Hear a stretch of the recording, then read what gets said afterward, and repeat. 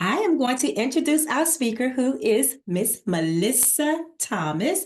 Melissa Thomas is an eight-time, listen, you guys, an eight-time published author, speaker, copy editor, woo, and owner of the Getting the Win brand. You can call her Melissa T, the procrastination bully, which she's trademarked. That's awesome. She hosts the Getting the Win show, tackling productivity strategies to beat procrastination every Wednesday at 6 p.m. Eastern Standard Time on YouTube at Getting the Win. She's also a certified extreme execution emotional intelligence coach trained in the DISA. Yes, assessment, a 5-year U.S. Navy veteran. We remember that back in the day, right? Yeah. Thank you for your service. Oh, thank you, thank you. Okay, let me make sure I get all this. Listen, and she can relate to us. She's a recovering procrastinator. What better person to teach you, right, than someone who's already been where you are? She knows your frustration or our frustrations firsthand and is on a mission to transform 3,000 procrastinating millennial women, business owners, and side hustlers into producers who finally get their books published in 2024 because she believes the world can't and won't be a better place until their godly assignment, their books, are completed. Woo, I introduce to you, present to you, Miss Melissa T. Come on, put your emojis up. Yay, put your hands together. Melissa, it's all yours. Thank you so much, Tammy. I appreciate you. Oh man, like I almost feel like I'm dealing with a mirror because as an MC, I'm like I do the same thing. So we appreciate the awesome work you've been doing the last couple of days, kind of emceeing the masterclass. So appreciate you. And shout out to Gail. That is my sister from another mister. Like we are so much alike. It's insane. But yeah, the name, Melissa T, the procrastination bully, the reason I use that moniker is given the fact that I do have so much experience with procrastination. Y'all know when you've dealt with something and you're finally fed up with it and you finally decide to fight back, like put a one in the chat if you know what I'm talking about. Like if you've been dealing with something, maybe it's a goal that you've had, like make like if you're fed up with it and you're ready to fight back, yeah. So that's why I put that. That's why that moniker is my moniker. So I'm going to open up with a provocative quote by Bishop Rosie O'Neill, just to start us off and set the tone. As I mentioned yesterday, please have your steel-toed shoes. If you have sensitive toes, I may step on them. Doing it in love, though. Doing it in love. So Bishop Rosie O'Neill says, procrastination is the arrogant assumption that God owes you another chance to do tomorrow what he gave you the chance to do today. It's the assumption that he owes you that opportunity. And the truth is, as big and amazing as God is, he very seldom duplicates chances. Like you'll get second chances at things, but it'll usually come in a different form if he allows you to have a second chance at something. So I just want to present that to all of us as food for thought. Like God is someone who operates with you in a way that is bespoke. In other words, he tailors what he's doing specifically to you, to your life, to your experiences, and based on your superpower. So when he tells you to move on something, it's because he carved out that specific window specifically for you. So don't assume you're going to get that chance tomorrow. That person may disappear. Something may happen to them. Something may happen to you.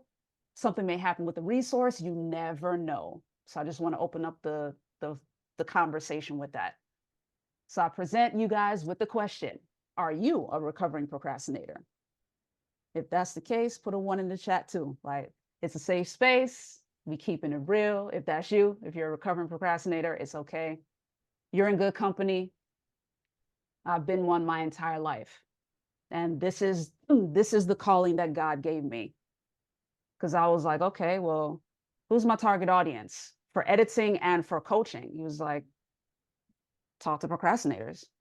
Like, you know what they're going through. You speak their language. You know their pain points. Those are your people. I said, bet. I see you, Judy. You're like recovering.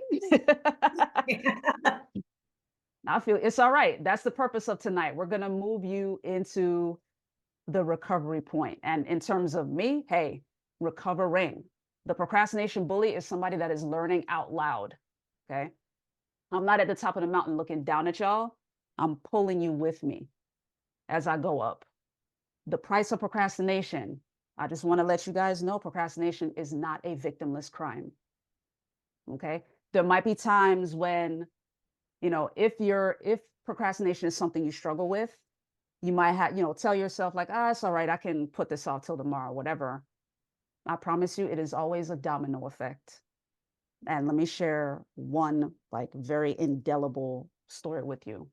I had a friend who I graduated from film school with. His name is Jason Smith. We graduated in 2008. We were in touch very off and on over a decade or so. It wasn't until closer to 2020, like during a pandemic, that we finally got back in touch and were speaking more frequently. I have 9 years experience working in news media, and he'd been following the stuff that I've been doing in news media. So we were catching up and talking about that. And he mentioned that he wanted to draft a letter of introduction to Byron Allen. For those who may not know, Byron Allen is a media mogul. You know what I mean? He owns the Griot and the Weather Channel, billionaire. So he wanted to be mentored by Byron Allen, and he knew that my superpower is writing. So he asked me to draft a letter. I told him, no problem, I'll help you do it. And he was willing to pay me for it. I was like, nah, don't worry about that. Like, I got you. Here's the problem. I procrastinated on that letter. As of right now, March 7th, 2024, Jason is in heaven. He never got that letter. I never got to do it. So when I tell you procrastination is not a victimless crime and that keeping the promises you make is very important, it's very important. Very, very important. So don't worry, I won't leave you on that low note. Let me get into the brief intro of who I am. So as you heard, I'm, Melissa T, the procrastination bully. The one thing I want to highlight out of this, because Tammy went over all of this already, is the word nerd, like hashtag word nerd. Like you're going to see that come out tonight a little bit. So, the picture on the right, that's from the 9 years of media experience. So like I said, shout out to Tammy, like that kindred spirits over here. Totally get it. But, as a recovering procrastinator, one of the things that I'm coming for is your confidence. As a procrastination bully, I'm coming for your confidence because confidence is one of the biggest victims of procrastination. People who tend to procrastinate, they tend to fall into self-doubt. So I want to reinforce that image that you just saw. I am possible, because it is true. Anything you want to do is indeed possible. So I'm gonna walk you through. But for right now, let me go over something real quick. There's a statistic that I really wanted to kind of drill in. There is a worldwide epidemic of low self-esteem, which is why I'm coming for people's confidence, because we need to fix this. A recent global survey found 85% of teens and adults have low self-esteem. I can understand if it was just the United States. We know how toxic, social media culture can be, this, that, and the other. But we're talking the world, y'all, global. 85% of teens and adults have low self-esteem. So I'm here to make a declaration. But as of tonight, March 7th, 2024, everyone on this call is in the 15%. Amen. Period. Yes. You are in the 15%. And by the time this presentation is over, if procrastination is something you're struggling with, you definitely going to be in the 15% going forward. So going back to what I said about the word nerd, I'm going to break down a word that is the cornerstone for tonight: decide. So you might be wondering why it looks like that on the slide. Like, why is it grammatically incorrect? I'm going to break it down for you. It's a compound word, has two parts. D is a prefix meaning from. The suffix side, I'm going to break this down. Think about every word in English you've ever heard with that suffix in it. Insecticide, homicide, homicide. suicide, fungicide, Mm. spermicide, infanticide. Anything that ends in side means to cut off or to kill. So when you decide to do something, you're cutting yourself off from all other options. That's the difference between deciding something and choosing something. When you choose, you have all of the options are still open to you. You're just picking one. When you decide on something, you're cutting off all of the other options. They're dead to you.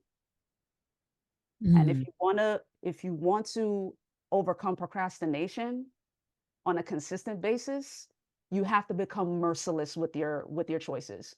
You Mhm. have to be laser focused and make decisions. The key to becoming more self-confident is one, making more decisions, flexing that muscle more often, and two, keeping the promises you make to yourself. That's all self-confidence is. That's the definition of it. Keeping the promises you make to yourself. So my promise to you guys tonight, by the end of this workshop, you'll be clear on what's causing you to procrastinate. You'll learn actionable steps on how to overcome those causes. And then you'll narrow and simplify your goals so you can actually and finally crush them. And then I'll offer an opportunity to go deeper with me at the end as well, if you want to stick around to the end for that. So jumping right in, pitfall number one, because as at the beginning of the presentation, I did say 5 frustrating pitfalls. So number one, not being honest with yourself. Hey, we in 2024, y'all.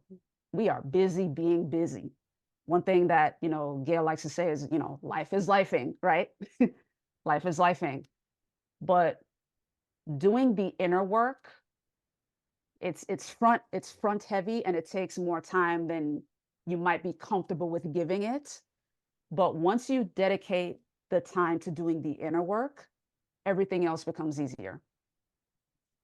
So let's find out the 5 different procrastination styles, because once you become more self-aware, decision making, choosing to cut the other options off becomes a lot easier. So these are in no particular order, but type number 1 is a crisis maker. This is somebody that waits till the last minute on purpose because they love the rush of that pressure. They actually thrive under pressure.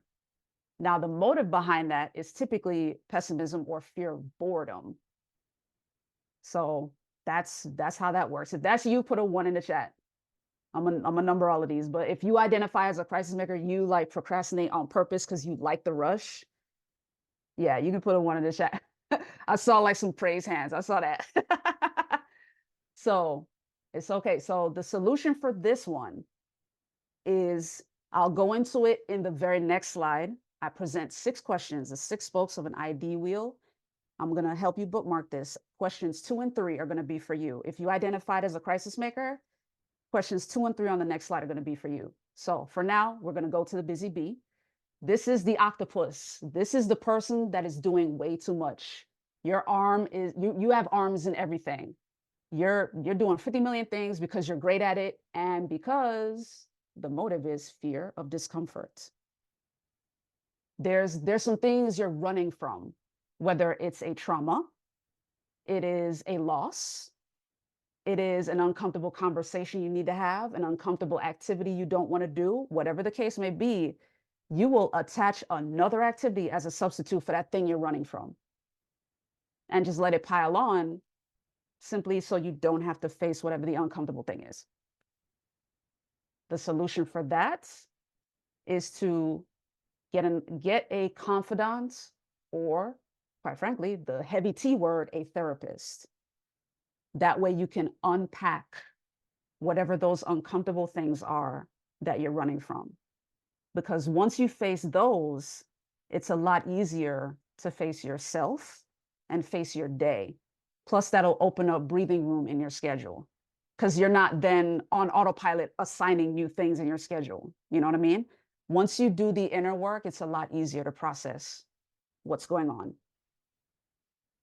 If that was you, by the way, put a 2 in the chat. If you identify as a busy bee, put 2 in the chat. The next one is the dreamer, living in your head. Y'all, That is me. As someone who's an author, I literally build worlds in my head. I do fiction and nonfiction. So I'm somebody that, like, I tended to go into my head to escape reality. As you see there on the slide, it's a fear of reality. So if that's you, put a 3 in the chat. Shout out to the dreamers. I got you. The way to resolve the fear of reality, same thing. Start to excavate what is going on within you. Why do you fear reality? What is it about your current reality that you don't like? Is it that you are frustrated with where you are in life? If so, clearly define what those frustrations are. When you get clear, crystal clear, down to the detail, that's when you can finally make moves. And things come down to size when you write them down and put them on a page, because then your eyeballs can see them. When they're in your head, they grow. Energy grows where energy goes, right? When they're in their head, they grow. They float around and they grow. When you write them down, the light is on them. You can see them and you can take action. You can make decisions, right? You can start cutting. So the perfectionist, number 4, if that's you, put it in the chat. Pretty self-explanatory, right? The person that is getting into the minutia, right? All the details. Now, the issue with this is that it can either stop you from starting altogether or it can stop you from finishing. And the beautiful thing with a perfectionist, it might sound unsexy, but the solution is very simple, which is to execute. If you're parsing the details and haven't started, the first step is to start. One of the things I shared in my show, I want to say it's episode 4 when I went over, or episode 5 when I went over all the procrastination styles. There are certain things you cannot unlock until you start. So if you have certain questions, you have that fear of failure, fear of judgment, valid. The internet is brutal. Okay, I feel you. People can be mean, but there's certain things that God will not unlock for you until you start. Hashtag Genesis. Who remembers the story of Abram, right? He said, go to a place where I will show you. There's a gentleman named Tim Ross. I love the way he puts it. He said, you cannot go until you leave. Like, you have to leave in order to go. So the key is to start. If you're that perfectionist that's in the middle of something and you haven't finished yet because you're parsing over the details, finish. Like, I'm speaking this to you in love with all the passion of a bully. Finish. There is no greater feeling than that sense of completion when it's finally out your pretty hair, because some of y'all got some awesome hair up in here. Mine is short, but it's all right. Y'all got some awesome hair up in here. Hey, gal. You know what I'm saying? Whip your hair back and forth. So the key is to finish. Okay. It's unsexy for that particular procrastination style, but execution really is the antidote. And I actually put that in one of my posts. Action is the antidote. Period. Y'all can write that down if you're a note taker. Action is the antidote. Action is the antidote. Number 5, the avoider / self-saboteur. That's you if you struggle with imposter syndrome or you have a lack of confidence. So that's the reason why you're choosing not to move forward on something. And then the motive, of course, is fear of success, because you're like, okay, what if this blows up? But what if I can't handle it if it blows up? The truth is, 1, you certainly can handle it if it does blow up, because as I mentioned in episode 1 of my show, you are a hashtag luxury item. And therefore, because you're a luxury item, that idea, that thing that you're sitting on that is attached to you is also a luxury item because it's attached to you. And remember what I said before about how God operates. Tailored. He has tailored the idea to you. So he already gave you everything you're going to need to accomplish whatever it is he downloaded to you. You are a luxury item. That thing you're sitting on is a luxury item. You can handle it. And if you're still struggling with self-doubt, I got you. There's we going to cover that in future slides as we go through this presentation. But thank you guys for participating in the chat. Appreciate y'all. I love the layers. I saw one that says 5 with a dash of 3. I feel you. Some of us cause I'm 1, 2, 3, 4, 5. I love that. I love that. So the overall solution for pitfall number 1, not not being clear on who you are is getting to know you. These are the 6 spokes of the ID wheel. Who are you? And by the way, don't include what you do in who are you. Those are 2 different things. Who are you and what you do, 2 different things. So for instance, I am Melissa Thomas. My first name means honeybee. I am called to help others blossom. That is my whole job on this earth. God chose to give me the gift of writing, so that is how I help people. But my whole job is to help others blossom. My last name, Thomas, means twin. So I come alongside you as your sister from another mister. I am patient. I am a great listener. I am gracious. I am forgiving. I am loyal. Who are you? That's an example. So number 2, what makes you happy? Number 3, what turns you up? What excites you? So for that person that's the crisis maker, where you're like, you do that because you don't want to be bored. Like, take inventory of what makes you happy and what excites you, and start adding those things into your schedule instead of procrastinating on the thing you have to finish. You know what I mean? Like, put things in your schedule that will excite you instead of sitting on a thing till the last minute so that can excite you. No. That might be unhealthy excitement. Stress ain't good. Stress ain't good. And then number 4, what thoroughly angers you?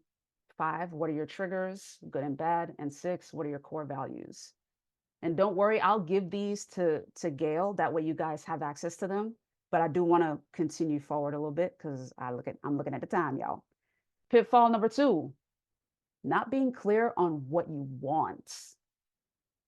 Not being clear on what you want. Believe it or not, this is a very common issue.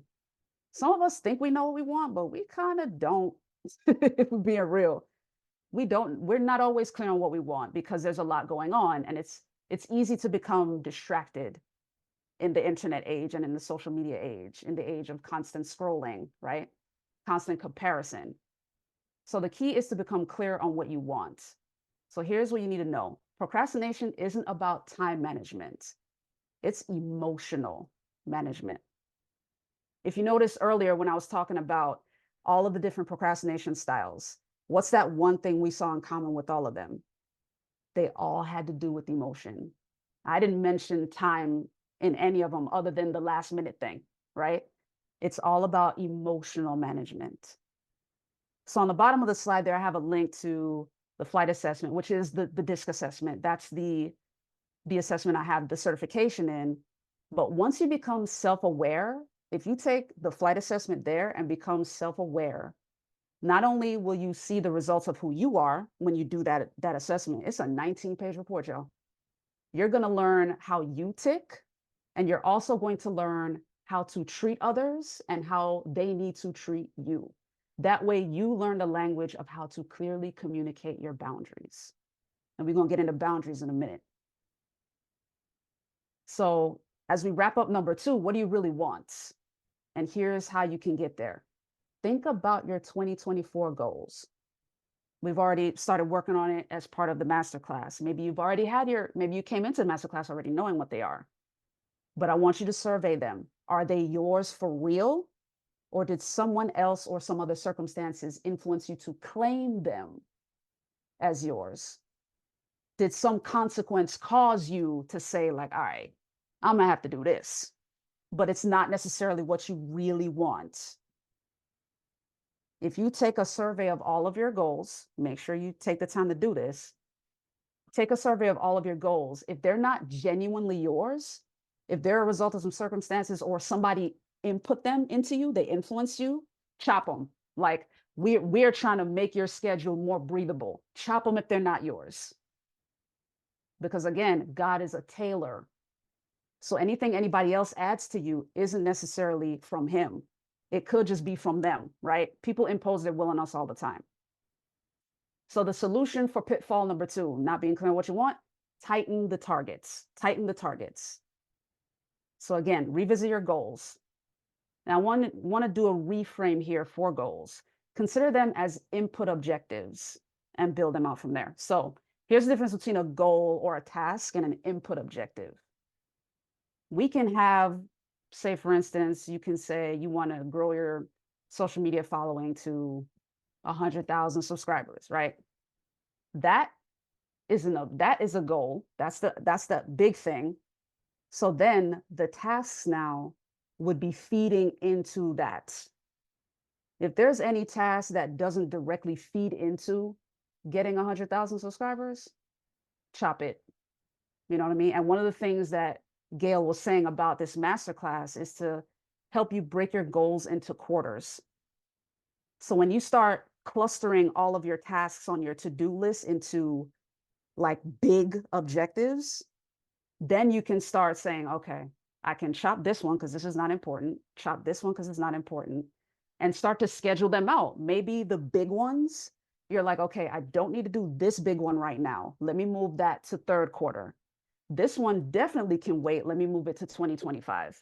This is helping you shave the fat. This is helping you trim your schedule. And then transform the to-dos, prioritize the tasks and slash what's not important. So if you're familiar with the 7 habits of highly effective people, Stephen Covey has a prioritization matrix. Quadrant 1, if it's category 1, it's urgent and important. Those are your fires, right? Like you got to face those immediately, right? Number 2, category 2 are your needle moving activities because those are important but not urgent. So they're important to you, but you don't have the choking constraint of time. You can take care of those as you need to. Category 3, that's when you can really start to get ruthless with it because it's below the important category. So with category 3, you're talking about urgent but not important. If it's urgent but not important, that's like a call from a family member who's having an emergency.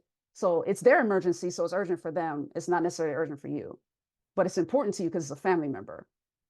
So it's up to you to weigh those when it's urgent and not important. That's 3. Quadrant 4, chop, because quadrant 4 is it's not urgent and it's not important. If it's not urgent or important to you, chop it from your schedule. Chop it from your to-do list. You don't need it. So yes, pitfall number 4, letting procrastination go unchecked. This is for my sisters up in here who have chronic procrastination issues, where it's not a one-off thing or a two-off thing. If you're like me and it's been a struggle for you for years upon years upon years, yeah, let's talk about it. So here's a gem that I want to drop with you guys. Procrastination is personal and professional poison. Point blank. Y'all can screenshot this, write it down. You can quote the procrastination bully. It is personal and professional poison. Because as I mentioned to you at the beginning of the workshop, it's not a victimless crime, right? Whatever promises you don't keep, that's a domino effect on other people.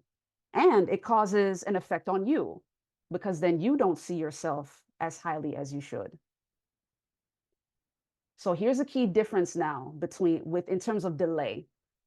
So you might be wondering, like, what if I want to hold off on something because I want to time it perfectly? That's different. That's strategy.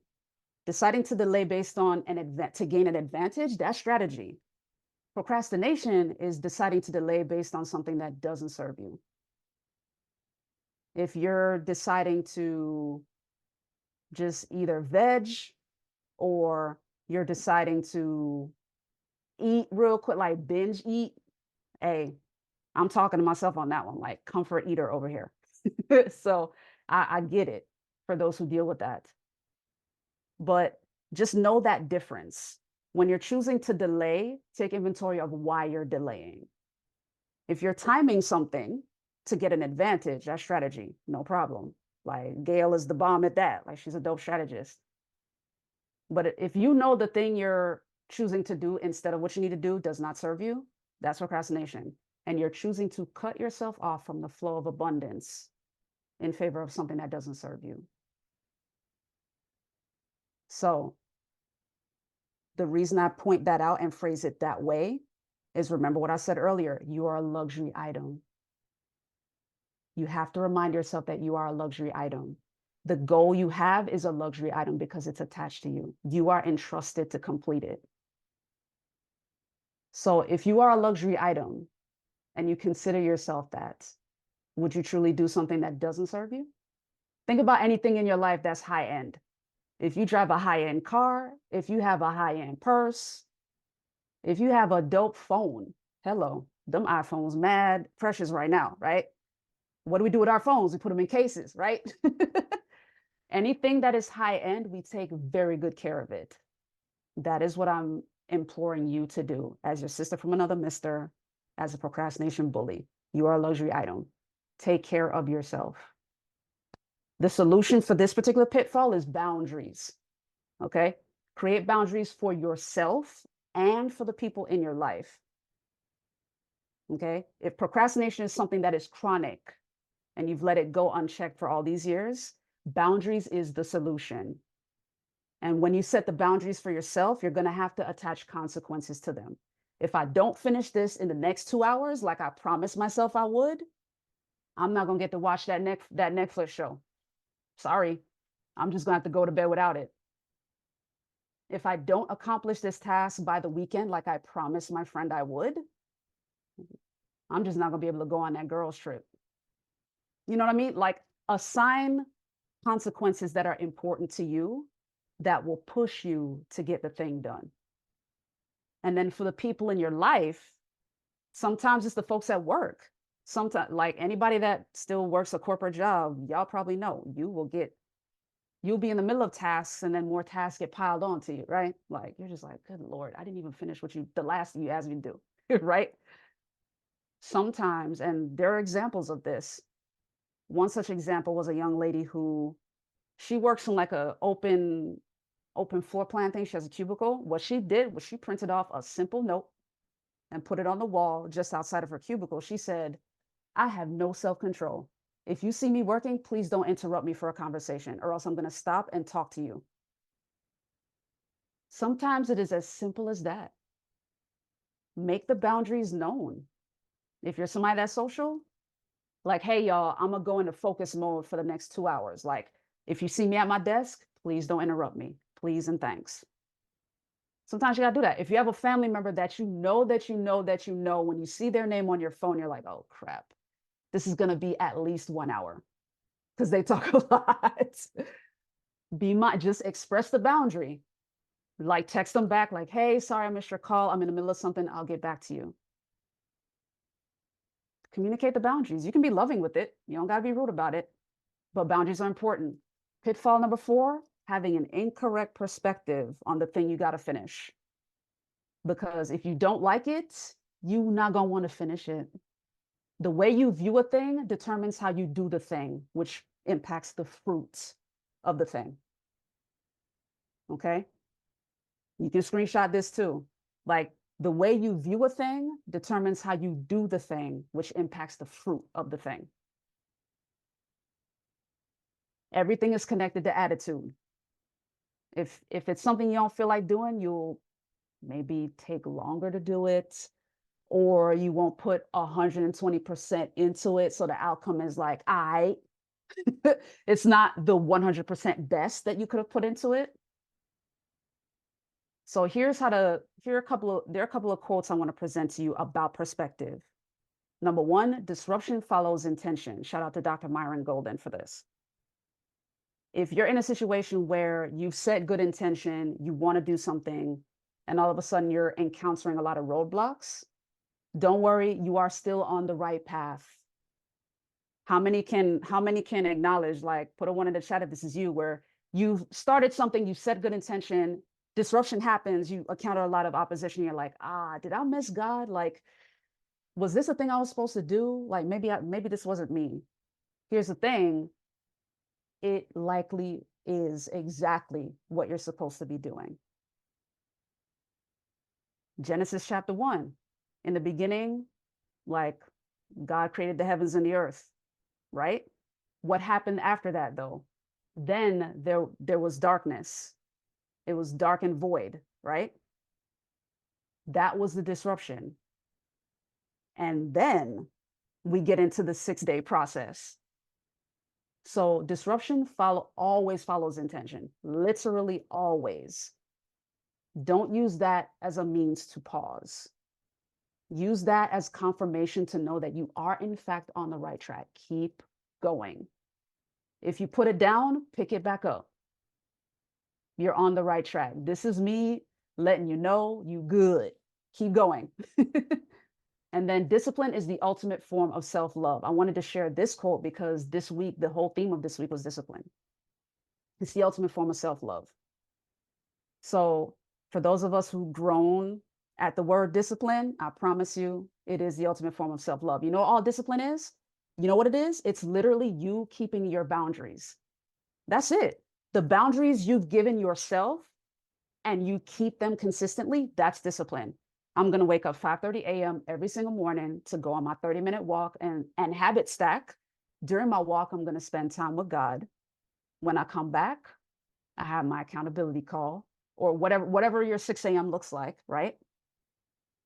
And then just keeping that, being consistent to the promises you made to yourself, to the requirements you have of yourself. That's all discipline is. We tend to make it kind of negative, but it's literally just that. When you're consistent, the reason it's the ultimate form of self-love is you're keeping the promises you made to yourself. So that's self-confidence. When you walk in confidence, you attract people to you because people love certainty. They like knowing that you know what you're talking about.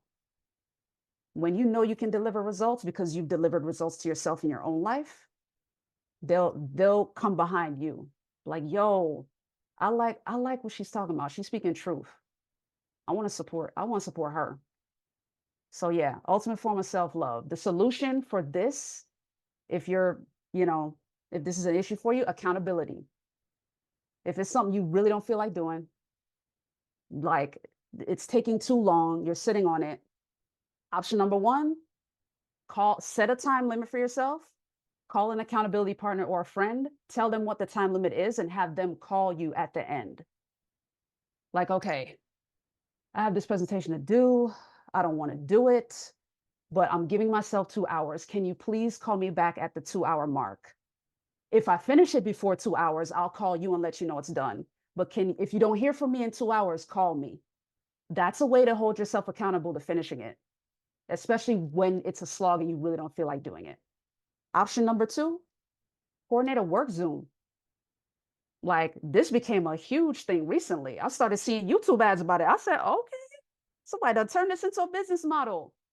But that was for a specific product, like a specific software. But you can do this on a Zoom call. Like, hey, especially now, we're all in a Telegram group. Like, hey, y'all, who's open to doing a quick 4-hour work session? And then we can check in each hour to let each other know what the progress is. When you get on the call, you set your objectives. Everybody come off mute, share their objectives that they want to accomplish in the 4 hours. And then each hour, okay, where's everybody with this? And check in. And then continue, put the mics back on mute and continue to work. That can help you bust through that mental wall of something you don't feel like doing, okay? Pitfall number 5, the last one, not having the proper tools. Sometimes that's literally all it comes down to. You have a goal, you have a dream, or somebody gives you something to do. They tell you something to do, and you're like, how, Sway? You know what I mean? Like, you're wondering, how can I do this? How can I get this done? The solution for that is simple. Get clear on what you need. Like, break it down. Do you need a person, a principle, or a process? Shout out to Mustafa Gonem for that. Do you need a person, a principle, or a process? If it's a person, definitely get clear on what you need so you can get clear on what you want so you can ask for who you want. Knowing what you want helps you get clear on who you want. Okay. If it's a principle, that's something like studying, stuff from books, studying the word. Hello. That's the pillar. If it's a principle, then what you need is accountability. Learning what the principle is, as Googling it, right? And then getting the accountability so you can lock in and get it done. If it's a process, that's typically an app. That's typically some kind of coaching system, something like that. But get clear on which of those 3 things you need. If it's all 3, Then formulate your strategy for how to ask for all three. Take inventory of all of the resources around you, because that is one thing that recovering procrastinators do struggle with. We tend to struggle with taking inventory of all of our resources. And I promise you, even if you're on this call and you don't struggle with procrastination, we as human beings, we're so fallible and so distracted. We are not fully aware of all of our resources usually, right? So resources meaning the people you know, your own knowledge base, the software that you're subscribed to and you use, all of that. Take inventory of all of that. And that way you can start to make connections to what you need and get the answers you're looking for. And half the time it's a who. Because even if it's a software you don't have access to or some kind of system you don't have access to, you know somebody that has access to it. Half the time it's a who. So lastly, I'm going to wrap up with this. I'm going to wrap up with this illustration of what taking action looks like. This is the beauty of beating procrastination. So the book you see in front of you, authored by E.T. the Hip Hop Preacher, right? Dr. Eric Thomas. I joined the OU Mastermind in June of 2023. By the next month, the book was still in process. He said he needed an extra pair of eyes to look over it, an extra pair of detail-oriented eyes. I've been editing people's books since 2014, y'all. Hashtag experience. This man said he needs another pair of eyes. This was the most aggressive and proactive I've ever been in all of my life. I carpet bombed the entire organization. In the Telegram group, I hit him up. While we were still on the Zoom call, I put it in the chat. I emailed both support emails. I DM'd him on Instagram, DM'd him on Facebook. I DM'd the podcast, his SOS Experience podcast. And as it so happens, I was already going to talk to someone that I was serving in the mastermind with his coaching program. He needed some help with that. Little did I know, this gentleman was the head of the editing team for the book. I made clear that I could help because I help people edit their books, but as an author, the very first book that the Holy Spirit gave me to write was a devotional. So I know exactly what a devotional looks like. I know exactly how the Bible citations are supposed to look. This was easy peasy for me. And sure enough, he put in the good word. I was brought onto the team. You're looking at the picture. You can see it behind me right here in the room. Because I was on the team that edited the book, I was able to indirectly impact thousands of people. Now, ET directly impacted them. But because I made sure to keep a commitment and because I was proactive, I was able to indirectly impact thousands of people. When you keep the promises you make to yourself, you will, whether directly or indirectly, depending on your line of work, you will impact thousands of people. When you procrastinate, you fail to make that impact. So going back to what I said earlier about doing the things that don't serve you, which would you rather do? The end result that gets you the impact of thousands of people, or that momentary diversion? Here's another bar for y'all to write down. Done is greater than diversion. Done is greater than diversion. Choose done. Always choose done. Don't aim for perfection, you won't hit it. Done is greater than perfect. Choose done. If you guys want to go deeper with me, I want to make this invitation for you. You can subscribe to the show on YouTube. You can find me at Getting the Win. So you can check out the Getting the Win show every Wednesday at 6 p.m. Eastern. Or you can follow me on the socials, Pinterest, Threads, and Instagram at Getting the Win Show.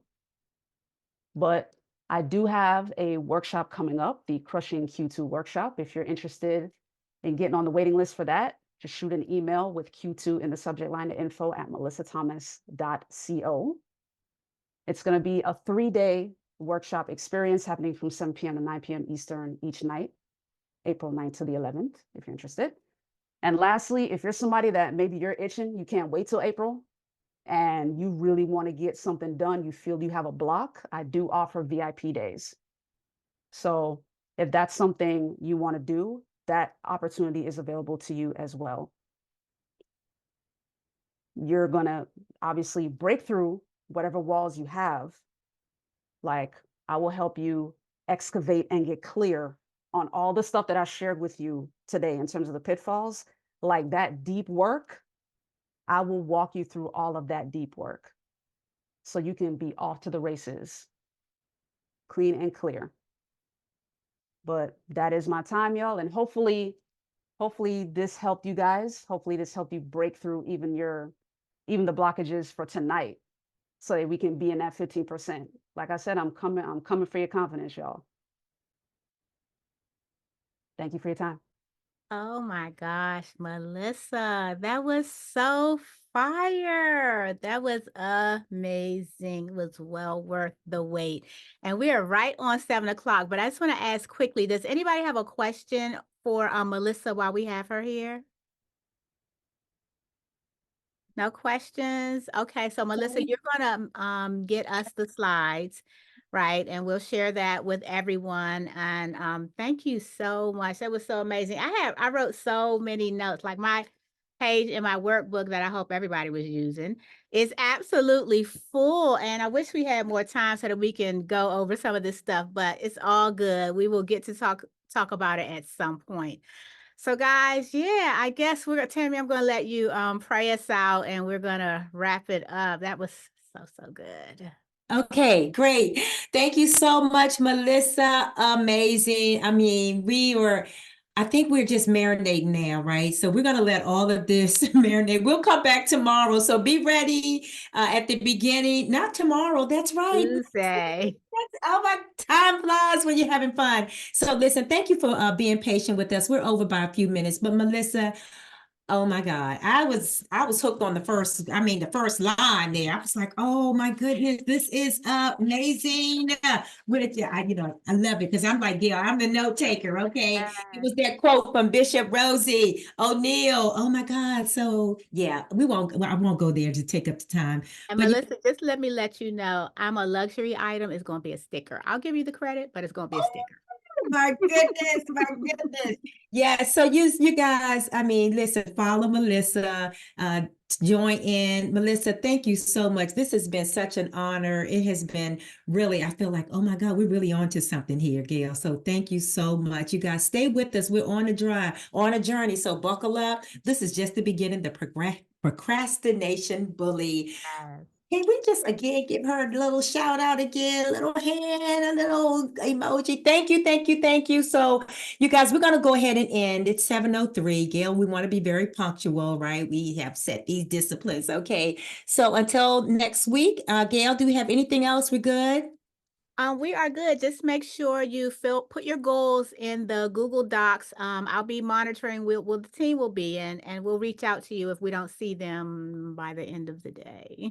Ooh, yes, well, let's just pray. Father, we thank you again for this opportunity. It is truly a privilege and an honor. And I do believe, God, you have called us for such a time as this. Thank you for connecting us. Thank you for allowing us to hear. Not only now will we hear this, but we will be doers. We will apply, God, what we've learned tonight. And we thank you, God. Bless Melissa, oh God, and everything that her hands touch. And I thank you now, God, that we decree and declare procrastination bullies. We're on this journey now. So again, bless each and every one of us. And we thank you again for the Dreams and Visions Masterclass and each and every one, our households, our families, God. And we thank you now for our best is still yet to come. Our latter shall be greater than our past. And we are excited about all that you have in store for us. In Jesus' name, amen. Amen. Amen. God bless you. Thank you, Melissa. Thank you, Melissa.